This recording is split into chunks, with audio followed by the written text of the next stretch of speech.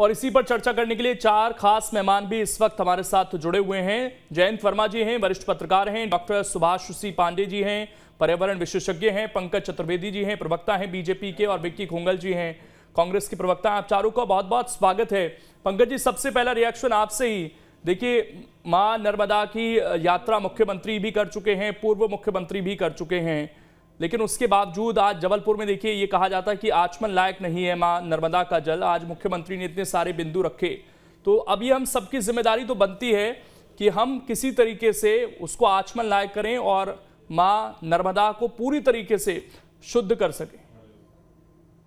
देखिए लोकेन जी, आज भी मां नर्मदा का जल ए ग्रेड का है, यानी जो पीने के योग्य है। और ऐसा मैं नहीं कहता, ऐसा जो वैज्ञानिक अनुसंधान है वहाँ स्थापित किया जाता है। और लगभग 14 शहरों में 1500 से ज़्यादा हमने सीवेज के ट्रीटमेंट के प्लांट बनाए, एफ्लुएंट के ट्रीटमेंट प्लांट बनाए। और जिन जिन इंडस्ट्री से जो नर्मदा की नदी को प्रदूषण करने की संभावना थी उनको बोला कि दूषित जल के संयंत्र बनाए। 766 नालों का जो है चैनलाइजेशन हुआ है कि उनका पानी नर्मदा नदी में ना आए। और लगभग 1500 करोड़ रुपए सबके लिए खर्च करके पूरा का पूरा कार्यक्रम बनाया गया है। विसर्जन कुंड बनाए गए, शवदाह गृह की व्यवस्था अलग से की गई है। और कारण बहुत स्पष्ट है कि मां नर्मदा का जिस प्रकार का योगदान मध्य प्रदेश के लिए, और ये गौरव का विषय है कि मध्य प्रदेश मां नर्मदा की भूमि के नाम से जाना जाता है। रामायण और महाभारत काल से इसका उल्लेख है। और हम ये भी जानते हैं लोकेंद्र जी कि ये ग्लेशियर बेस्ड नदी नहीं है, ये वनों पर आधारित नदी है। तो सरकार साथ साथ ये प्रयास भी करे। आज मुख्यमंत्री जी ने भी उल्लेख किया कि नर्मदा जी के साथ साथ वृक्षारोपण भी जोड़ा है। मां नर्मदा नदी का जो पूरा बेल्ट है वो इस बात के ऊपर निर्भर करता है कि कितना सघन वनीकरण मां नर्मदा के आसपास है। प्राकृतिक खेती की बात की जा रही है, क्योंकि आसपास जो केमिकल खेती होती है उससे जो केमिकल नदी में जाते हैं वो नदी की इकोलॉजिकल सिस्टम को डिस्टर्ब करते हैं।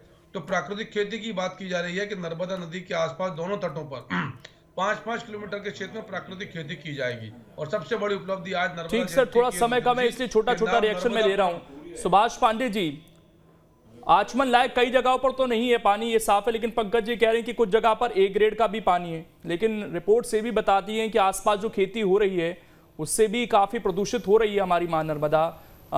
जब शिवरात्रि आती है उस वक्त भी कई जगह से रिपोर्ट आई है कि काफी ज्यादा प्रदूषण हुआ है। तो उस दिशा में काम होता हुआ दिखाई दिया है। वृक्षारोपण वगैरह जो सब किए गए, इनसे कुछ फर्क पड़ा है?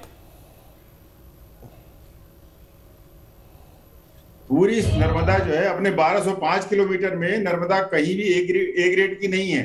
नर्मदा जो है Madhya Pradesh pollution control board की जो साइंटिफिक डिक्लेरेशन है कि नर्मदा बी ग्रेड का पानी है, जिसे डिसइंफेक्शन के बाद पिया जा सकता है। ए ग्रेड का तो भारतवर्ष में कोई भी नदी नहीं बची है, केवल ग्लेशियर का पानी होता है ए ग्रेड का। और इसलिए नर्मदा के पानी को सीधे आचमन करना अपने स्वास्थ्य के साथ खिलवाड़ करना है। और ये बात तो पूरी तरह से गलत है और ये कहीं भी वैज्ञानिक मापदंडों में नहीं आती है। हमें तो जो बड़े तालाब का, भोपाल की राजधानी में बड़े तालाब का पानी पिलाया जा रहा है वो खुद भी बी ग्रेड का पानी है, जिसे डिसइंफेक्शन के बाद जो है पिलाया जा सकता है और पिलाया जा रहा है। और नर्मदा का पानी कई जगह बी ग्रेड से नीचे हो गया है, वो चिंताजनक स्थिति है, क्योंकि इसमें बहुत सारे नाले जो हैं अभी भी बिना ट्रीटमेंट के सीधे पानी मिल रहा है और वो सीधे जनता जो है उसके नहाने धोने पीने इत्यादि कर्मों के काम आ रहा है, जिस पर सरकार जो है उसका ध्यान नहीं दे रही। मैं इसके मार्फत से आपको बताना चाहता हूं कि जो नर्मदा के किनारे जितने प्लांटेशन की जरूरत है, जिससे पानी में डिजॉल्व ऑक्सीजन बचेगी, पानी में ताकत बढ़ेगी, वो उतने पौधे अभी नहीं लगे हैं। और यही कारण है कि नर्मदा अन्य तरीकों से। खोंगल जी, सवाल आप लोगों से भी की, यात्रा आप लोगों ने भी की, 15 महीने सरकार आई, लेकिन कुछ फायदे आप लोग भी दबाकर बैठ गए, ये आरोप आप लोगों पर भी लगता है।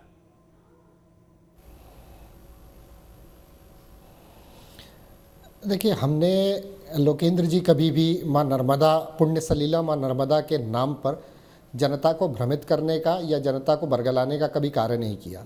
हमने यथावत मां नर्मदा के तटों के ऊपर जो वृक्षारोपण घोटाला, 7 करोड़ पौधे और बड़े बड़े वर्ल्ड रिकॉर्ड बनाने की जो बातें भारतीय जनता पार्टी के शासनकाल में हुई थी, हम ही ने उसके जांच के आदेश भी दिए थे। 7 करोड़ पौधे तो दूर की बात है, अगर आपके संवाददाता हमारे साथ चलें और हम गिनती करें उन पौधों की, तो पानी को ऑक्सीजनेट करने के लिए जो ये योजना माननीय सुभाष जी ने जैसा कि कहा, वो भ्रष्टाचार की भेंट चढ़ गई इसी सरकार द्वारा, जो मां नर्मदा के नाम पर जनता को ठगती आ रही है। बड़े अवैध उत्खनन की यदि मैं बात करूं तो मध्य प्रदेश पूरे देश का पहले नंबर का अवैध उत्खनन में मां मानते हैं, लेकिन आपको लगता है कि मां के नाम पर भी मध्य प्रदेश में सियासत ज्यादा हुई है?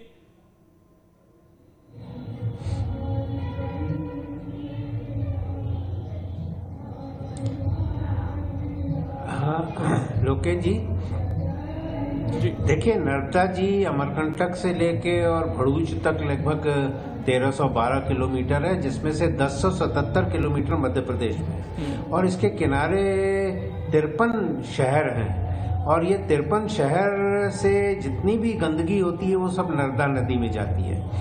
और 2013 में नर्मदा शुद्धिकरण अभियान चलाया गया था, 1300 करोड़ रुपए उसमें खर्च किए गए और बहुत सारे वृक्षारोपण किया, सब किया, परंतु कहीं कोई वृक्ष जीवित नहीं बचे हैं और हर जगह नाले नदी में जाके मिल रहे हैं। इसी के कारण इतना ज्यादा प्रदूषण है। इसमें सबसे बड़ी बात यह है कि जो इंडियन पीनल कोड है 1860 का, उसमें ये लिखा है कि यदि कोई नदी को, जल को, जलाशय को गंदा करेगा, उसको दूषित करेगा, तो उसको 500 रुपए का अर्थदंड होगा। तो मुझे लगता है 1860 में जो 500 राजनीतिक इच्छा शक्ति चाहिए, ये बहुत जरूरी है। केवल कह देने से ए ग्रेड का पानी नहीं हो जाएगा, बहुत सारी कमियां हैं, वो तस्वीरों में भी साफ तौर पर दिखाई देती हैं, तो उनको दूर करना बहुत जरूरी है, उस चीज को स्वीकार करना बहुत जरूरी है। समय इतना ही है, रोक रहा हूं। शुक्रिया आप सभी का जुड़ने के लिए और हम समय देने के लिए। फिलहाल आज बड़ा दिन था, कार्यक्रम बड़ा हुआ, नाम भी बदल दिया गया होशंगाबाद का। मां नर्मदा शुद्ध हो जाए, उनका पानी आचमन लायक हो जाए, इस तरफ कदम उठाने चाहिए। छोटा सा ब्रेक, जल्द वापस लौटेंगे।